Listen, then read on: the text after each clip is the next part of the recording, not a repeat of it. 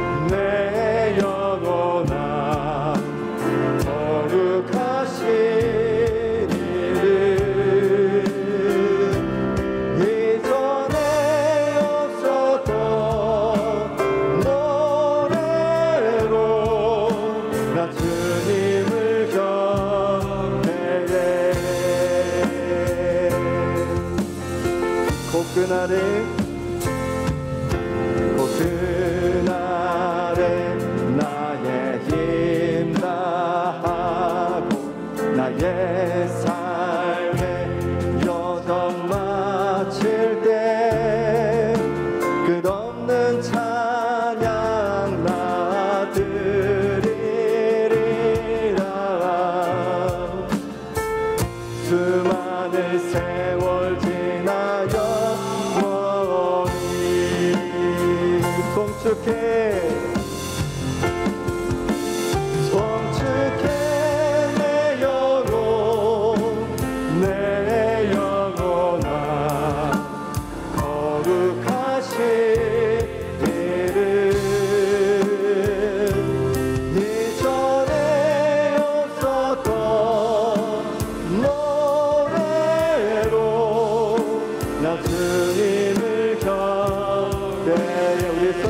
찬양합니다. 성숙해 성숙해 내 영혼 내 영혼아 거룩하신 이를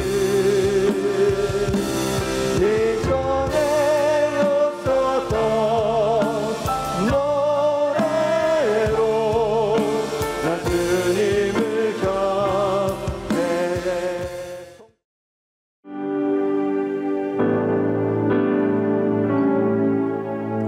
주를 바라며 구한 모든 것 꺼낼 수 없는 마음도 주님 듣고 계시네.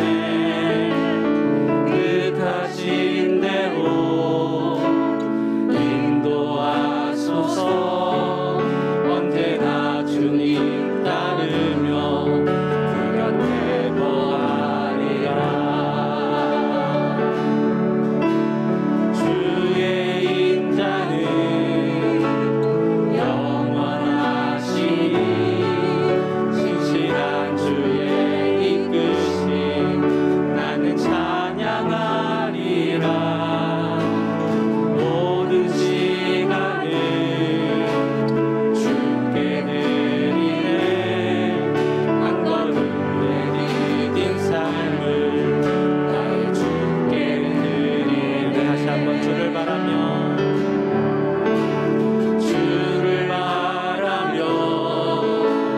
구한 모든 것 꺼낼 수 없는 마음도 주님 듣고 계시네. 뜻하신 대로 인도하소서. 언제나 주님 따르며 그 곁에 거하리라. 주의 인자는 영원하시니 신실한 주의 이끄심 나는 찬양하리라. 모든 시간을 주께 드리네. 한 걸음 내디딘 삶을 나의 주께 드리네. 주와 함께한 몸에 내 삶에 채우소서.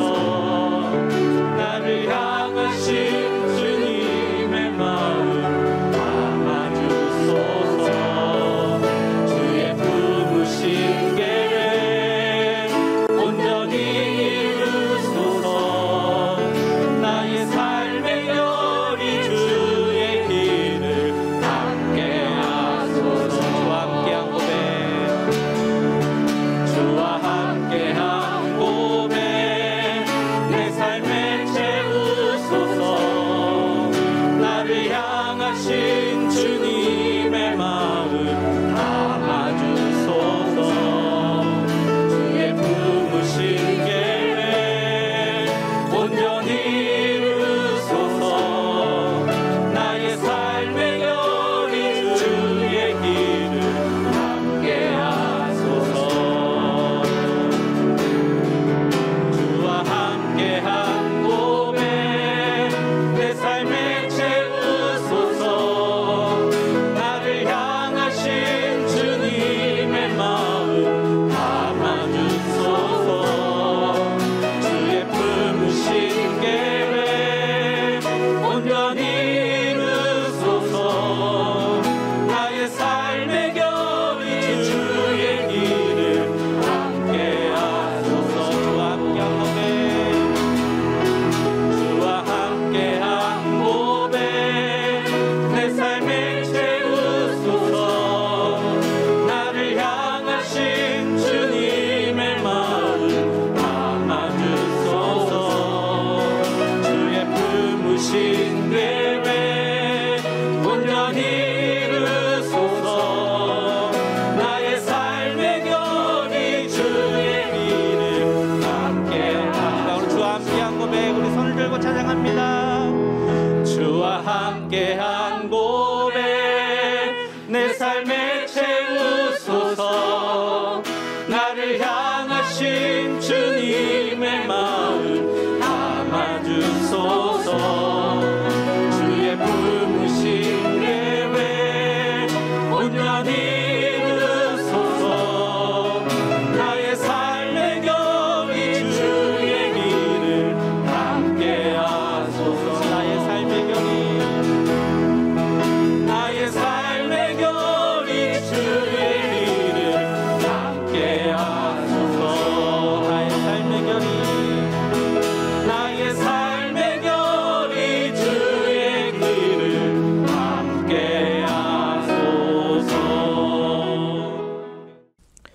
다 함께 사도신경으로 우리의 신앙을 고백하겠습니다.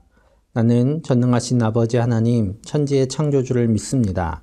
나는 그의 유일하신 아들, 우리 주 예수 그리스도를 믿습니다. 그는 성령으로 잉태되어 동정녀 마리아에게서 나시고 본디오 빌라도에게 고난을 받아 십자가에 못 박혀 죽으시고 장사된 지 사흘 만에 죽은 자 가운데서 다시 살아나셨으며 하늘에 오르시어 전능하신 아버지 하나님 우편에 앉아 계시다가 거기로부터 살아있는 자와 죽은 자를 심판하러 오십니다. 나는 성령을 믿으며 거룩한 공교회와 성도의 교제와 죄를 용서받는 것과 몸의 부활과 영생을 믿습니다. 아멘. 우리 다 함께 마음 모아 하나님께 기도드리겠습니다. 하나님 감사합니다. 무더운 여름 날씨 가운데 우리 사랑하는 중등부 고등부 친구들 건강하게 지켜주시고 하나님 앞에 오늘도 나와 예배하게 하심을 감사를 드립니다. 여름 수련회도 하나님 은혜로 안전하게 잘 마치게 하시고 이제 8월 첫 주일 예배로 주님 앞에 나아옵니다. 비록 현장에 나와서 주님 전에서 예배하지 못하지만 여러 가지 사정으로 영상으로 예배하는 이 시간 가운데도 하나님께서 임재하여 주시고 동일한 은혜로 채워 주시옵소서.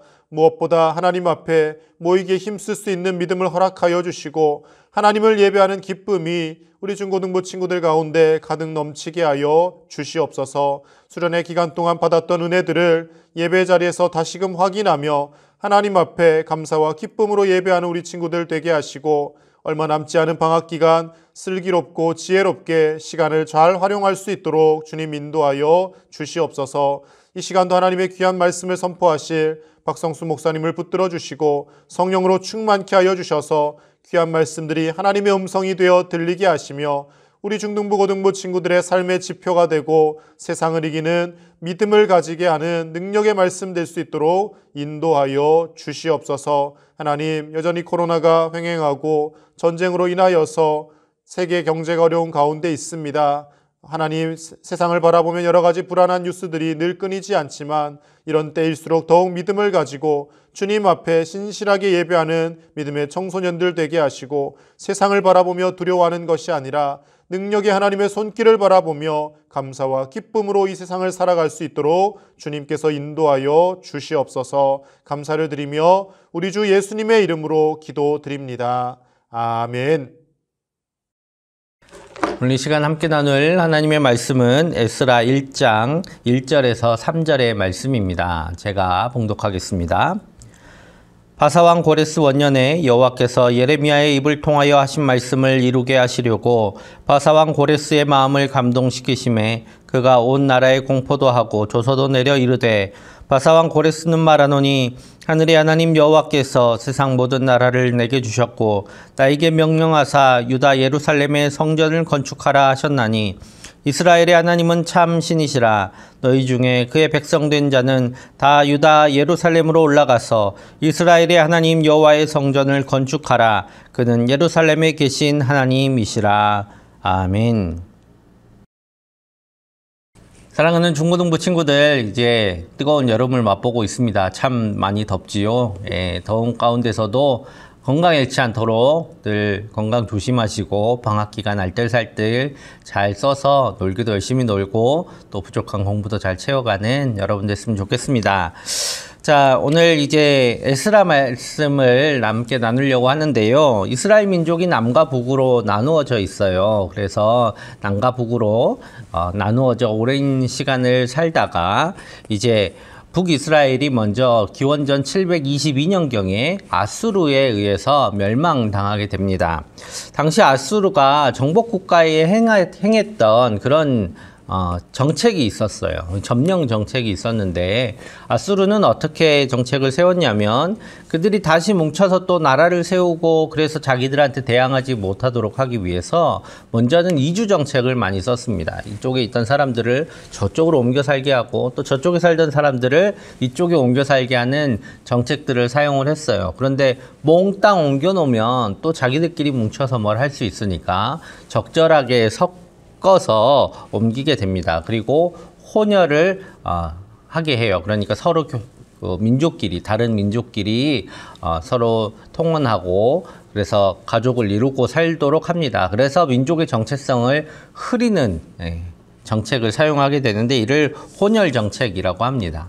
이로 인해서 북쪽에 살고 있던 10지파의 순수성이 훼손되게 됩니다. 이제 북쪽에 살았던 10지파도 각자 지파에서 자기들의 영역 안에서 자기들의 순수성을 지키며 살아갔는데 이제 순수성을 훼손당하게 되죠.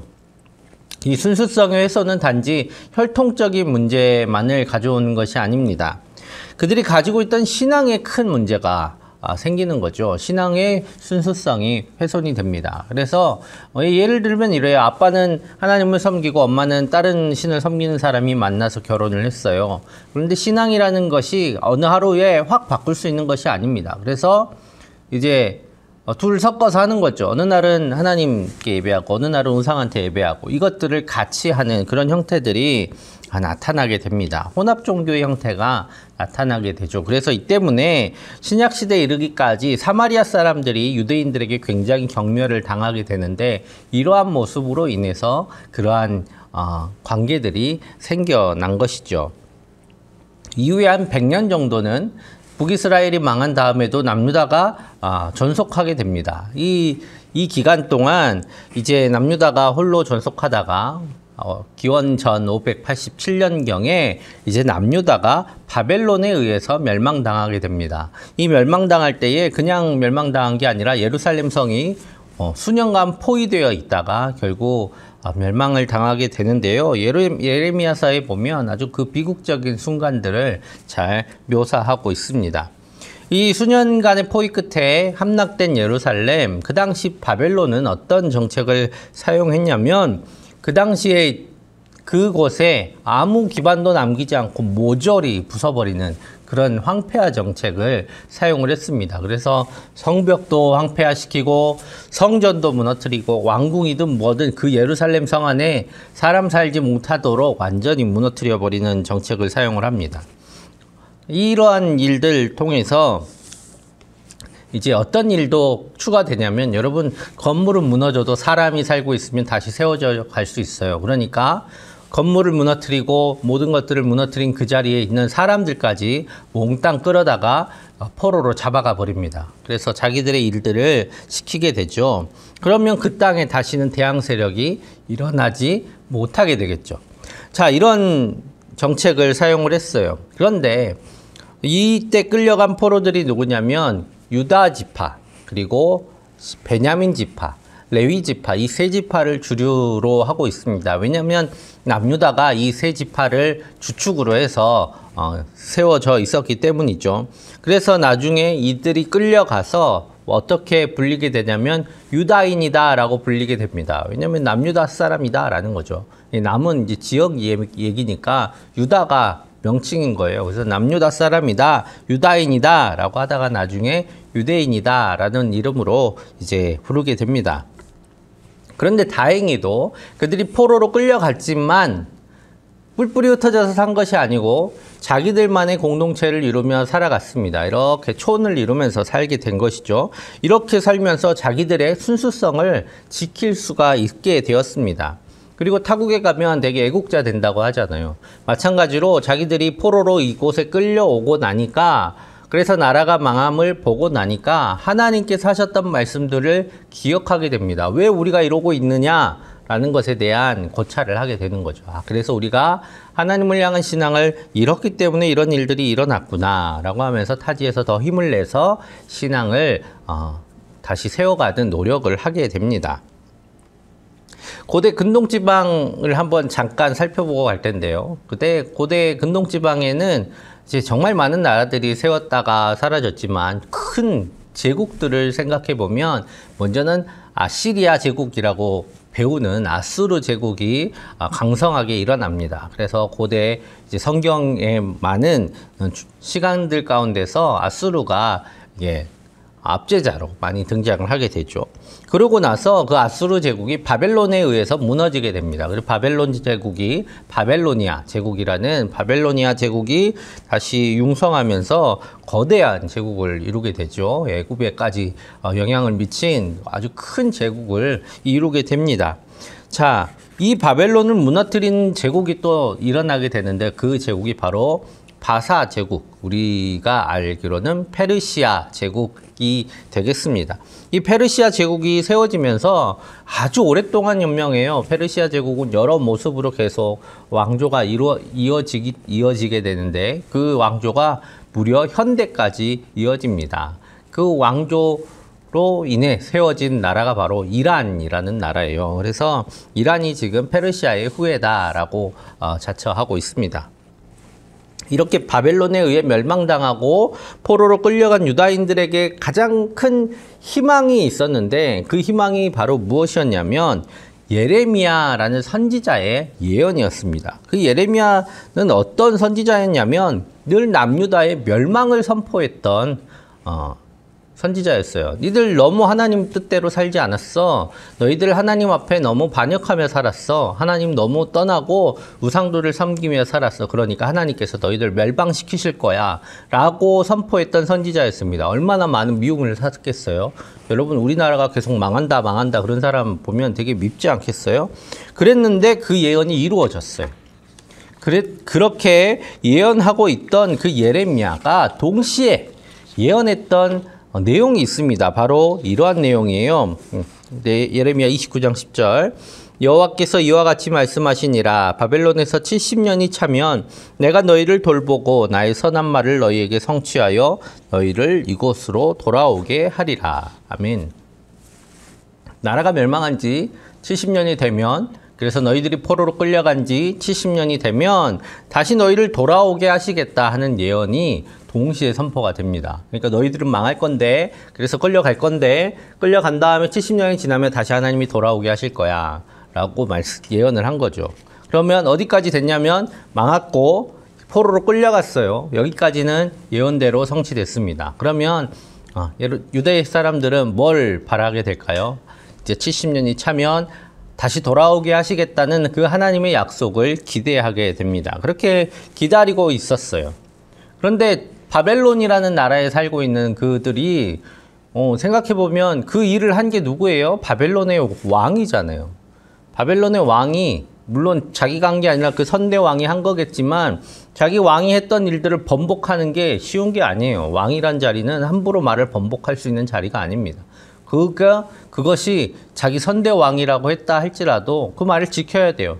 그러면 70년 다 돼가는데 어떻게 이 일들이 이루어질까 아마 고민하게 되겠죠. 그렇게 긴가민가 했을 때에 무슨 일이 일어나냐면 바벨론이 하루 만에 망해버립니다. 그 큰 바벨론이 무너지고 페르시아 제국이 세워지게 돼요. 그리고 그 페르시아 제국의 첫 왕인 고레스가 오늘의 포고를 하게 됩니다.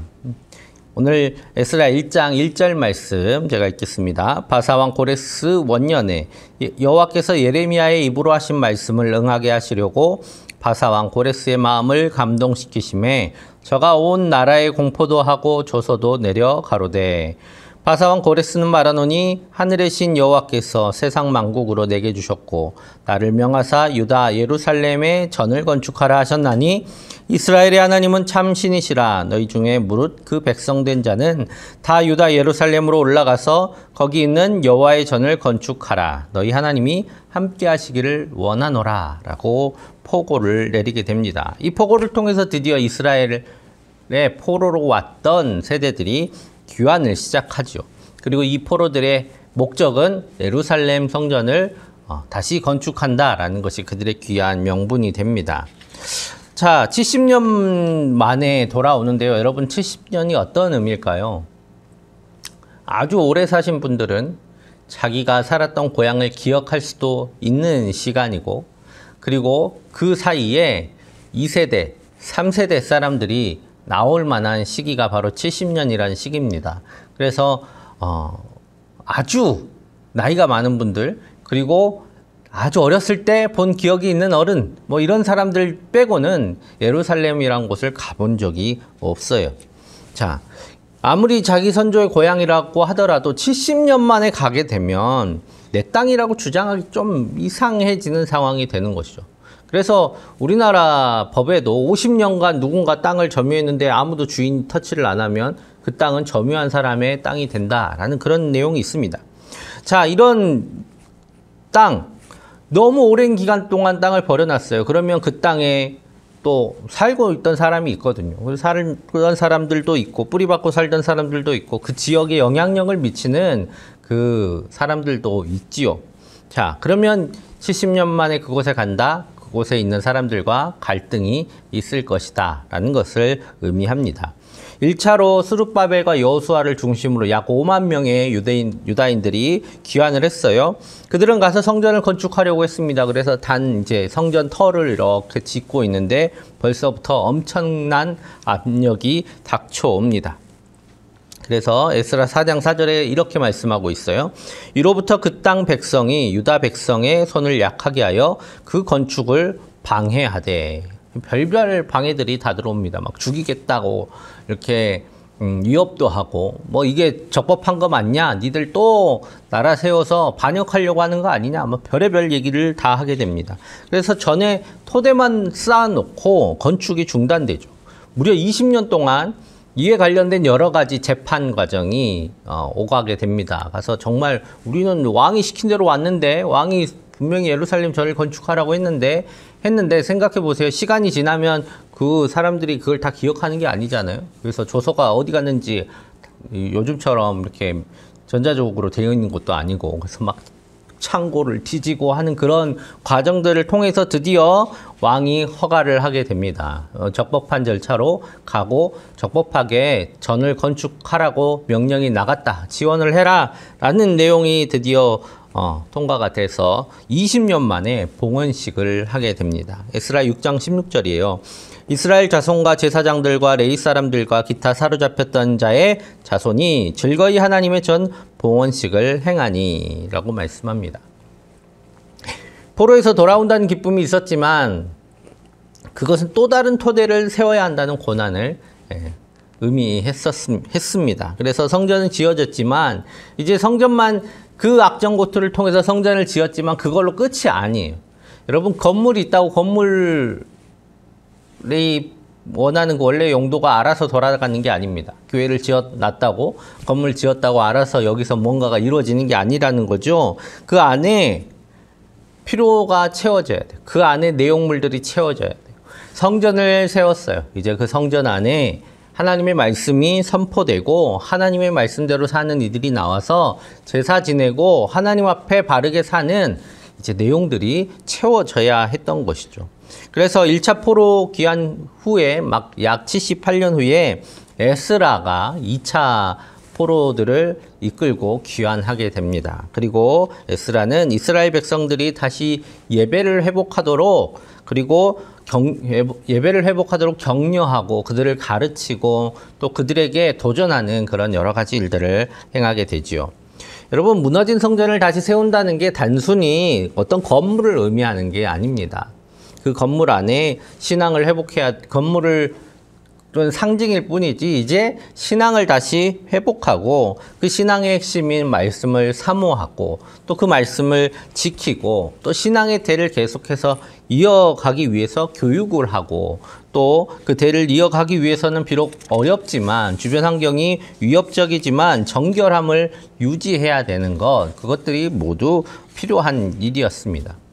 에스라서 느헤미야서 보면 정말 이를 위해서 얼마나 유대인들이, 유대 공동체가 악전고투를 해왔는지 볼 수 있어요. 정말 쉽지 않았습니다. 잠깐만 놔두면 다시 무너지고, 놔두면 무너지고, 이 일들이 계속 반복되어져 가면서 마침내 유대 공동체가 신앙 공동체로 세워져 가는 모습을 볼 수 있습니다. 여러분, 우리의 신앙은 겉모습으로 완성되지 않아요. 교회를 그냥 오가는 것만으로는 완성되지 않습니다. 물론 그렇게 오가는 것으로 신앙생활을 하는 친구들은 없다고 봐요. 예. 하지만 이 오가는 어떤 겉모습이 우리의 신앙을 의미하는 것이 아니라 우리 안에 말씀이 있고 또 그 말씀을 향한 사모함이 있고 그 말씀을 배우고자 하는 열정이 있고 또 그 말씀대로 살기를 강구하고 세상에서 휩쓸려 살지 않도록 정결함을 유지하는 자기 자신의 귀한 믿음의 결단들이 있어야 합니다.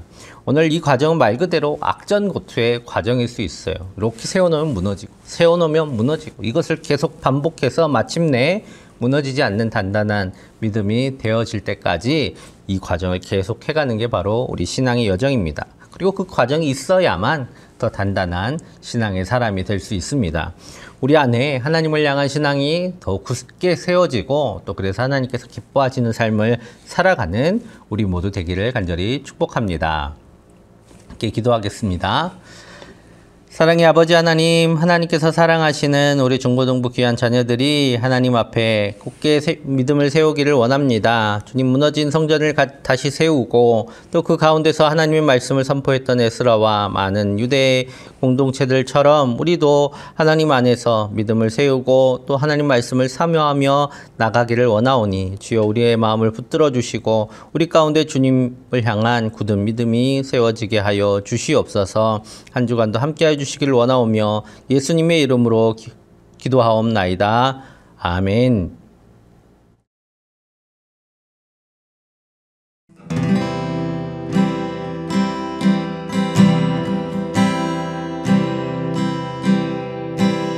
나를 보내사 서게 하신 곳 가장 귀한 곳이 바로 이곳이라.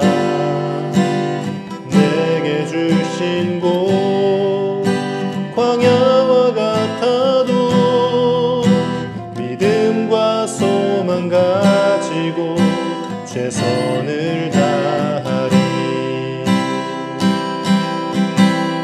나의 작은 삶 주께 드릴 때 나의 삶을 통해 주 영광 받으리.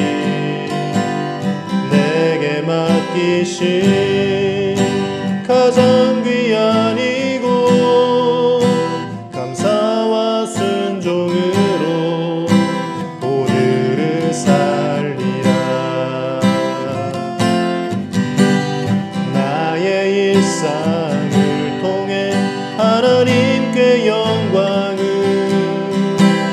나의 일상을 통해 생명의 복음을 내게 맡기신 이곳 나를 부르신 곳에 하나님의 나라가 이루어지길 원합니다.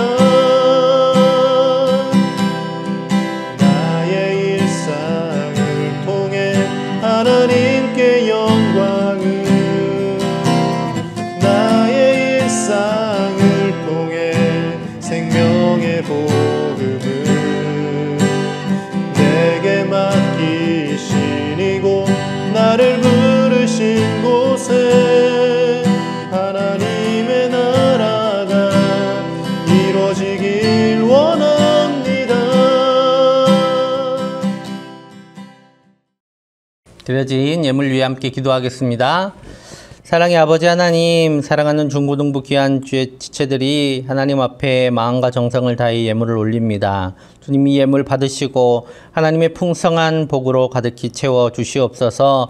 영육간에 늘 강건케 하여 주시고 또 무엇보다 하나님을 향한 믿음이 굳게 세워져서 하나님을 따라 또 하나님의 말씀대로 살아가는 귀한 복된 주의 자녀들이 다 되게 하여 주옵소서. 이 방학기간 건강하게 지켜주시고 지혜와 명철을 주셔서 남은 시간들 잘 활용할 수 있도록 지혜도 더하여 주시고 또 가족과의 관계와 또 우리 친구들과의 관계도 주님께서 평안케 하셔서 기쁨으로 행복하게 이 시간들 잘 보내는 주의 자녀들 다 되게 하여 주시옵소서. 하나님께서 함께 하시고 돌보시고 또 주님의 은혜로 살아가게 하시기를 간절히 원하오며 예수님의 이름으로 축복하며 기도하옵나이다. 아멘. 우리 주 예수 그리스도의 은혜와 하나님의 사랑과 성령의 교통하심이 이제 온전히 주님을 따르며 믿음을 세워가기를 소망하는 사랑하는 중고등부 모든 주의 자녀들과 함께 예배하며 주님을 찾는 예배자들의 삶과 가정과 학업과 앞으로의 모든 삶의 계획들 위해 앞으로의 삶의 비전들과 삶의 여정들 위해 이제로부터 영원토록 언제나 함께 하시기를 간절히 축원하옵나이다. 아멘. 그 밝은 얼굴 배울 때 나의 영혼 기쁘다. 주의 영광 빛난 광채 내게 비춰주시옵소서. 그 밝은 얼굴 배울 때 나의 영혼 기쁘다.